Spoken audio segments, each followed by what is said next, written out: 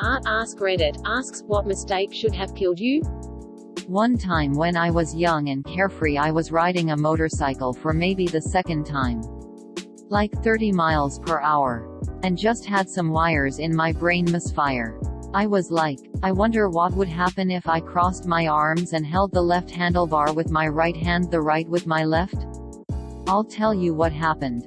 I just narrowly missed oncoming traffic and smacked right into a wall. Did that on a bike when I was young. After reading your comment, I'm happy it was just a bike. I don't know why I find this so funny, but the absurdity of that thought and then you attempting to execute it I somehow find hilarious. Glad you're okay, by the way. I stumbled through a bush which had a 1 meter drop after it where I fell down. I landed on my back at the only place down there which didn't have a iron pole sticking out of the ground. Were you chasing a baby? Thank you for my first metal, kind stranger. When I was in high school, me and a few friends all lied to our parents and told them we were spending the night at each other's houses. What we had really done was backpacked up a snowy Idaho mountain in the middle of winter without telling anyone where we were going. We were all fairly inexperienced in winter backpacking. The friend in charge of bringing food brought chicken he'd cooked at home so we could eat it cold in case we couldn't start a fire. Luckily, I'd brought a can of chili and didn't partake in the chicken. I woke up the following morning to a fresh foot of snow and my friends vomiting out of the tent. We'd left our boots outside and they were completely frozen through. The shoelaces of my boot were pointing up and out and had zero bend. Me and one other friend were not sick and had to pack up the tent.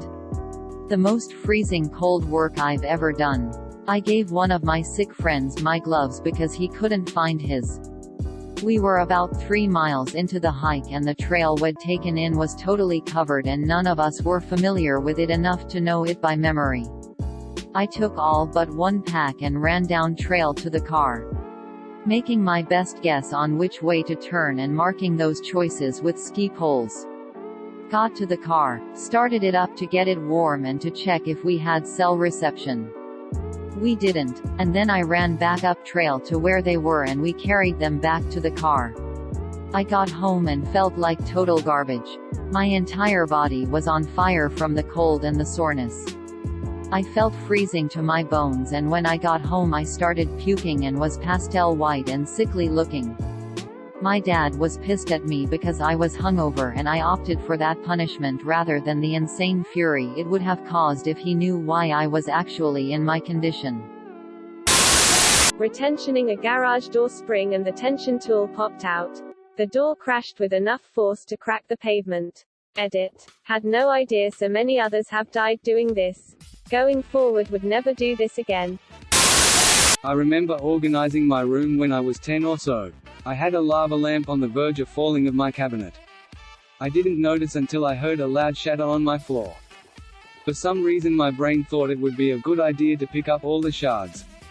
I jabbed my foot with a huge piece of glass and passed out from the pain. Woke up in a hospital bed thinking it and realized the shard was gone from my foot was stitched back up, and getting relieved looks from my family. Turns out when I passed out, I hit my head on the cement floor. I was living in my parents' basement, and cracked my skull partially open and was bleeding profusely. I got taken to the hospital. My family thought I was dead. Persevering face. Edit. Concrete floor, not cement. Thanks for pointing out. Taking on a plus 70 hours a week job just for the money. I hated the job. I hated my boss and I hated myself. I could not look myself in the mirror anymore. I was this close to a heart attack. Gained 60 kilograms and could hardly sleep. But every month plus 12K on the bank account made me get up again and again. My wife said either you quit or I walk. Really saved my life. Your wife did you a solid there. No job is worth killing yourself over. Dove into a pool and broke my neck at the C2 level, hangman fracture it's called. I was so drunk I thought I just pulled a muscle or something, so I kept partying. There's pictures of me with a bag of frozen peas on my neck grilling. Taking a shot from an ice luge.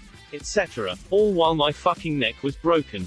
Once the disc popped out because I was playing chicken with someone on my shoulders in the same pool hours later. That's when I realized that maybe something was wrong. 1 emergency spinal fusion surgery. 5 days in the hospital. 3 months bedridden. Medical discharge from the army, rip that career, and I'm good as new.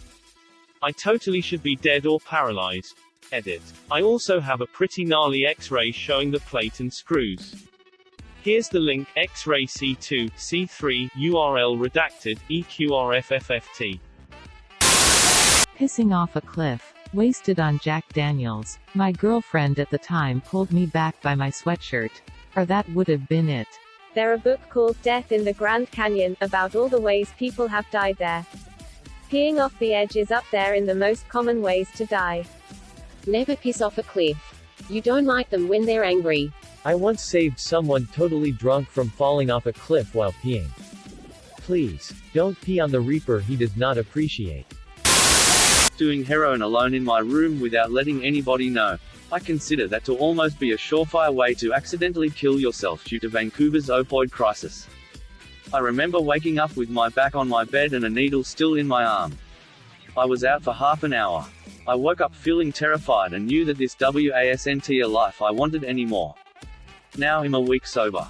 Might not sound like a lot, but quitting from $100 a day heroin habit to cold turkey meant that I was not a happy camper during my detox, but I stuck it out and I am proud of myself. Edit. I just wanted to thank everyone for their positive comments. I was a lurker for months before I finally decided to make an account and definitely didn't expect one of my first comments would blow up like it did. Thank everyone for the platinum, gold, silvers, and your words of encouragement. It's hard to reply to everyone, but you can bet your buttons that whenever I feel like using I just read my Reddit. It definitely helped me out last night when I felt like I was going crazy. But I read each positive comment and now I have 9 days. Exclamation mark, exclamation mark, exclamation mark, which is more than the collective days I had sober in 2018. I will keep everyone updated and here's to another happy 24 hours. Edit 2. I had a bit of a setback, but I am once again sober and this time it's for 16 days. I had to move away from Vancouver and move back in with family, but honestly it has done leaps and bounds for my mental, physical, and emotional healing. I am glad that I have found the password to my old Reddit and to let you guys know that I am still alive and kicking. I am having a bad day today and I am honestly so thankful for all of your kind words that keep me grounded and reminding me that I have survived 100% of my bad days, so I'm liking the odds of today. Not wearing a helmet while on a bicycle and stupidly turning left just as a car overtook me. Somehow I only got a neat scar through my eyebrow and some torn up kneecaps from it. But the look on my mother's face when she picked me up from the hospital, that made me realize how profoundly stupid I was that day. Edit. I did make a turn signal with my arm. But the driver apparently didn't see it.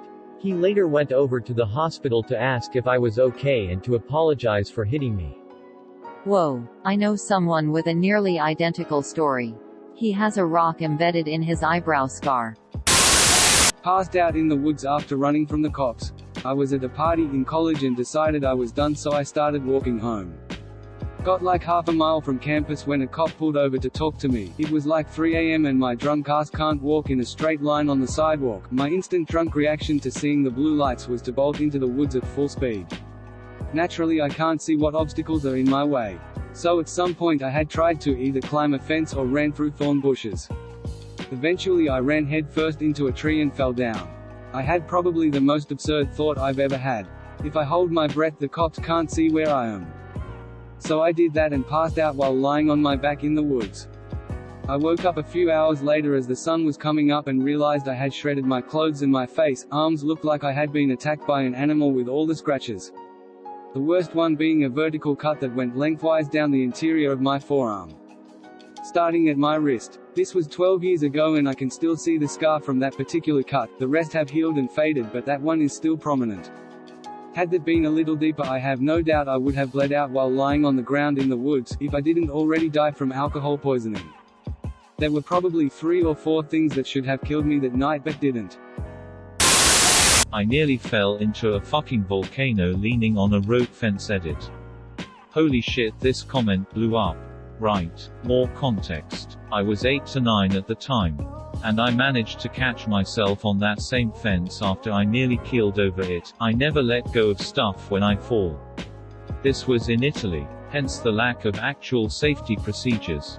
The next year's harvest in the nearest town would have been amazing. Glad you're still here. That's a pretty epic one. Edit. I'll tell the village about this gold. And maybe we won't have to build the Wickerman this year. Tubing behind a speedboat. Pulled myself too far forward. It submarined and popped up in the air. I was flung forward and got tangled in the tow rope. Feck. I was tubing in a double tube. When the tow snapped, I was launched sidewise over my partner. And skipped once won the water. Not injured. It was funny, but now I realize how bad it could have gone. As teenagers we used to smoke pot in the garage in the car with it running for hours. No idea how we didn't kill everyone in the house multiple times over. Why the running car? Thank a catalytic converter near you. Too hot with the windows up, was our thinking at the time.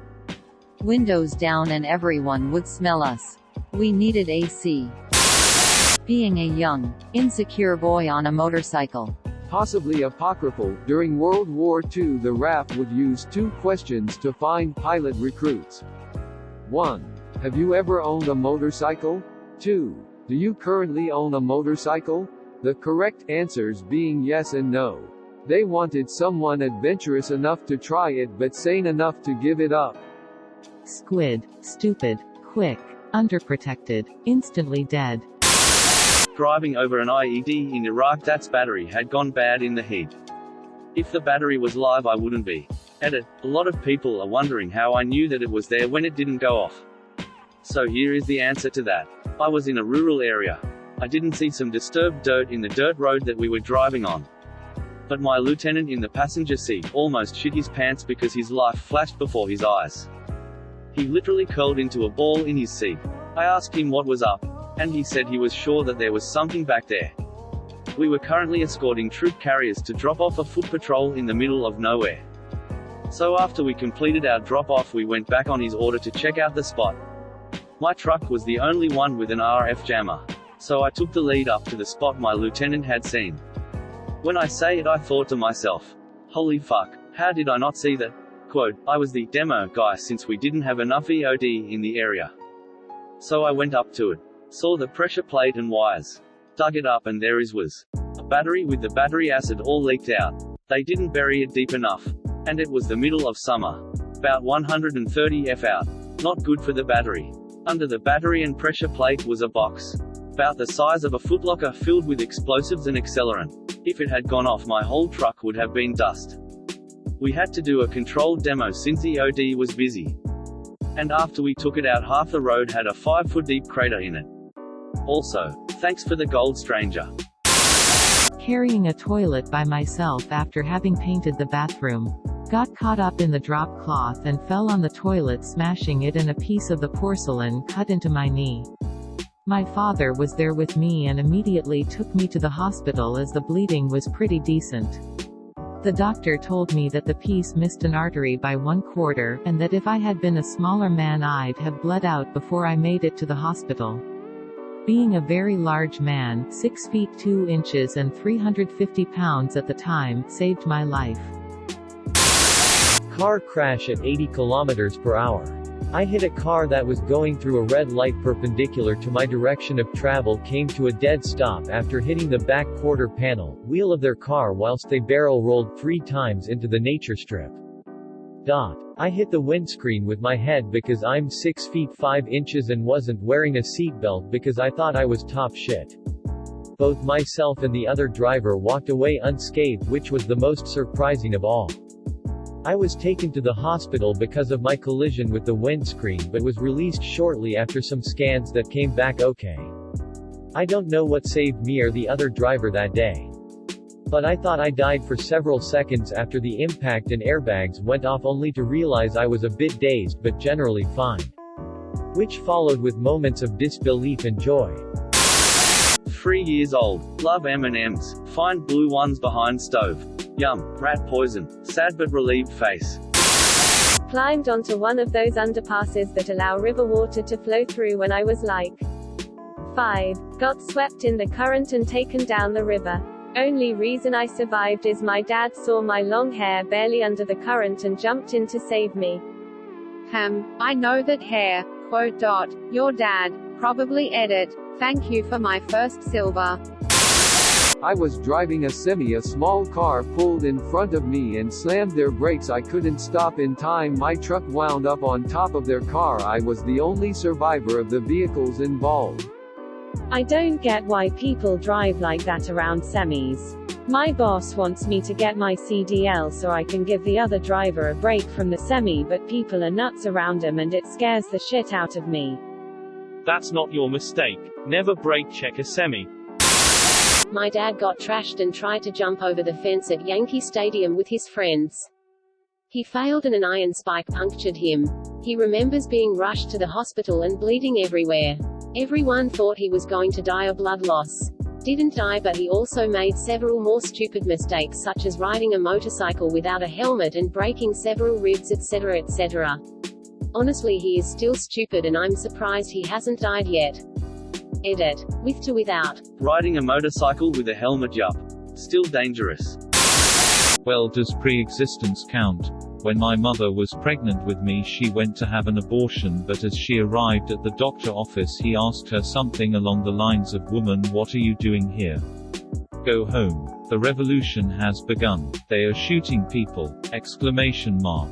Question mark. So she went home because it was the start of the Romanian Revolution of 89 feet. So she decided to have me after all. Wasn't a mistake per se, but a chain reaction resulted in my existence. Marrying someone I pitied and thought it was my responsibility to take care of vs. Marrying someone for love. Totally understand this. If you're anything like me, you eventually begin to seriously hate the person you are with for not being appropriately grateful for you choosing them. Then the self-hate sets in because you have the double realization that 1. That's a super messed up way to think about another person, yourself, and 2. You're wasting your life. OMG, I didn't even make it 2 years with mine before I realized I was his therapist mommy. I had a very bad rebellious phase. At one point, I ran away from home for a week and hitchhiked my way across my country along with one of my friends. For context, we were both 15 to 16 at the time. One of the cars that gave us a ride happened to be 2 suspicious-looking foreigners, older men, who spoke between themselves in Turkish, and only one of them was able to address us in our native tongue. But we were too dumb to realize the red flags. It finally occurred to us when they passed up our exit and refused to let us go when we indicated that mistake. I had to basically fake it as if my father knew where I was and that he'd be expecting me at a certain spot at a certain time. Not even knowing if that would work. It did, miraculously, and they let us go, in the middle of nowhere. We had to basically hitch another ride home. Boy, was I stupid. Playing with the laundry chute in my childhood home when I was around 5 years old.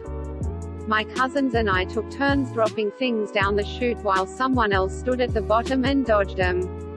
For the most part it was things like washcloths, stuffed animals, a clothing item, etc. Just so happened that when I stood under the chute, my cousin dropped a 5-pound dumbbell down and I, expecting something harmless, didn't get out of the way. That ended the game real quick. I now part my hair in a way that hides the bald spot scar on my head. Edit. Listen, it shoots the laundry down. Also, the weight was dropped on my head. Shoot. Your cousins pulled a Kevin McAllister on you. Thank you for watching. Please like and subscribe to support the channel, and above all, have an excellent day, you incredible people.